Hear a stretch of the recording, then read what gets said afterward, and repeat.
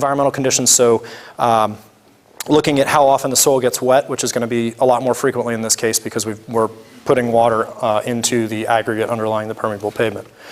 To give you an idea though, there's a site just south of Charlotte where they have 150 tractor trailers come in and out a day, and they have 3 feet of aggregate underneath the permeable pavement, but it's 3 or 4 years old now and it looks just fine. So it's all about having your structure and designing for that. If you just have SUVs, cars, and trucks, almost always the hydrologic goal is going to require a deeper aggregate depth than the structural goal. If you start putting heavy trucks on it, the structure is going to require more aggregate. That's what we've experienced in North Carolina in designing these systems. What I'll point you to is the best model out there that I know of for both hydro and structural goals. This is Interlocking Concrete Pavement Institute model, ICPI.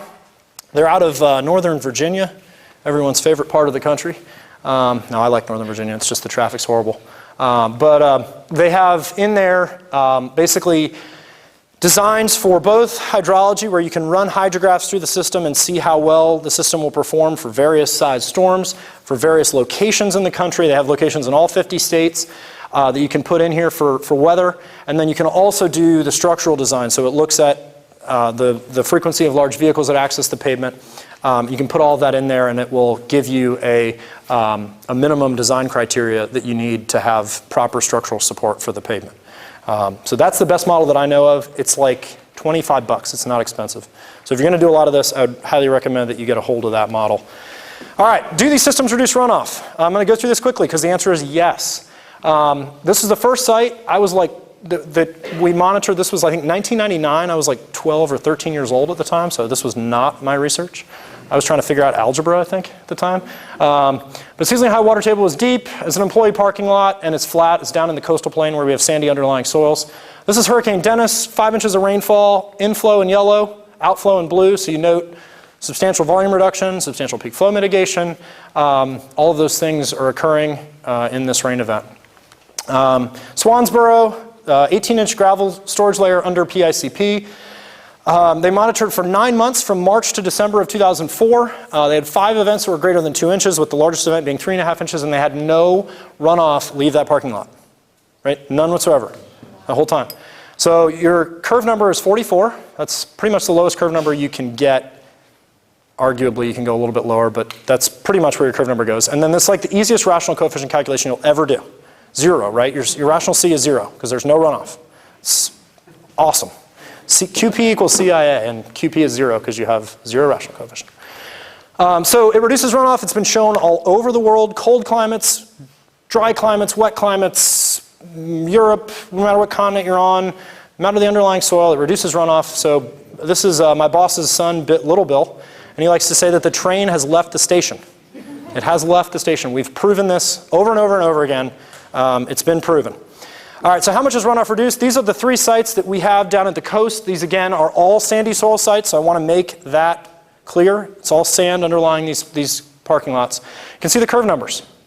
44, 77, 80. Very, very low compared to the 98 curve number that you'd get from a typical asphalt parking lot.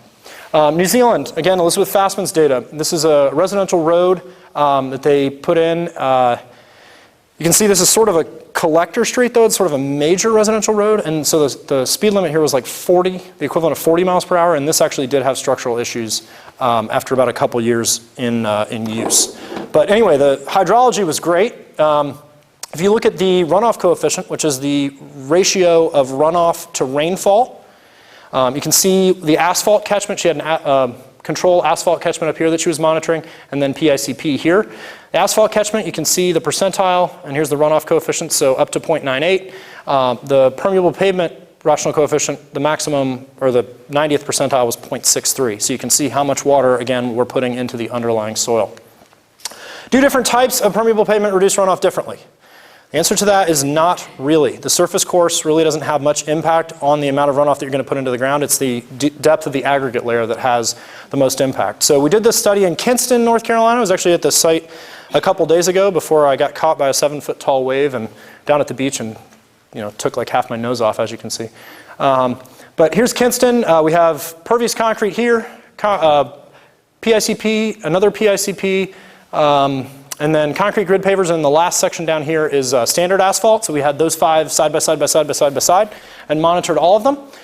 You can see the percent runoff reduction when you relate that to rainfall. So there is some depressional storage in standard asphalt. So we had 35% reduction, whatever that means. So small events basically were captured in depressional storage. And then the other 4 permeable pavements were 98 to 99.9% reduction in runoff. So if you're a total pessimist, you're like, this concrete grid pavers didn't work very well, right? 98.2%. It's still pretty good, right? Question? Surface runoff or from the underdrain pipe? From the underdrain. So you're comparing the amount of water that comes out the underdrain to the amount of water to the amount of rainfall that fell. There was no run on at these sites. I'll make that point. And the soils underneath are like a sandy loam, so they'd be a B, hydraulic soil group B soil. There wasn't an impact. We looked at gap spacing. We looked at 2 different types of PICP. So this has 77% void space in, if you look at a plan view of the pavement, 7% void space. These have 13% void space. They performed exactly the same. Is there a minimum void space? It has to be above 0, obviously, but it's somewhere between 0 and 7. Gap spacing for PICP. In relatively tight soils, your outflow can be substantial. So your runoff, your surface runoff at the pavement surface is going to be very low because the water is going to infiltrate at a very high rate into the underlying aggregate, but you can still get a lot of outflow if you have clay soils.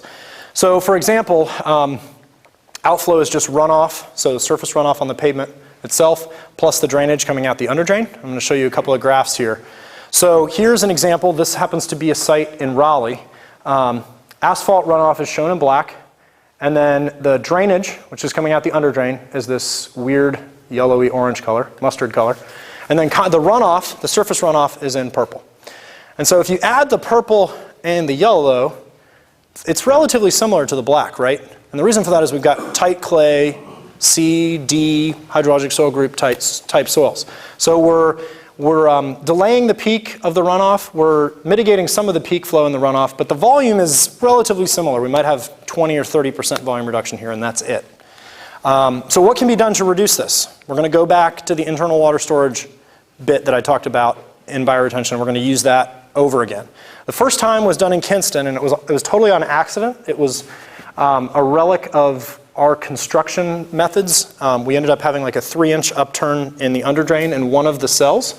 I'm going to show you some data from that. So what we're doing here again is we have an upturned elbow basically on accident in this case in the underdrain. And so you have a storage layer which is going to necessarily that water has to infiltrate or it will infiltrate some of it between storm events. So here we go. This is the cumulative rainfall over the year of study, this blue line. Cumulative runoff is this pink, so there's basically no runoff at the surface. All the water is going down into the underlying aggregate. And then this yellow is the outflow. So that is what's coming out the underdrain. And then this is the infiltration into the underlying soil. So you note that there's more outflow in this case than there is drainage. Or than there is infiltration, excuse me. There's more drainage coming out the underdrain than there is infiltration. This is the standard flat underdrain. Contrast that with the 3-inch upturned elbow. And you'll note here, more drainage than infiltration. Here we've got more infiltration than we do drainage. Same exact rock depth. So that internal water storage zone can get you a lot of benefit even over a clayey soil, a relatively clayey soil.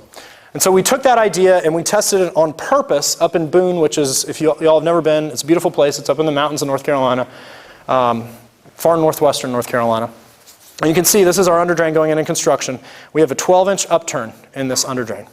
The cross sections looked like this. It was purpose built for research. So we had a conventional drain, no upturn. The center cell was roughly 15 inches of gravel, 18 inches of gravel. And then the internal water storage zone deep cell was 2 feet of gravel with a 1-foot upturn.